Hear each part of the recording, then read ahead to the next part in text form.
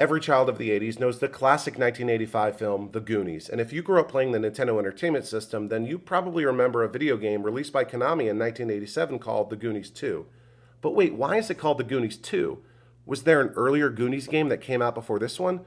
Well, yes, but not in the US. The original Goonies game was released on Nintendo's Famicom console in Japan back in 1986. It never saw a release in the US, at least not on the NES. If you wanted to play the first Goonies game in the US, you had to go to an arcade, where two different versions were released.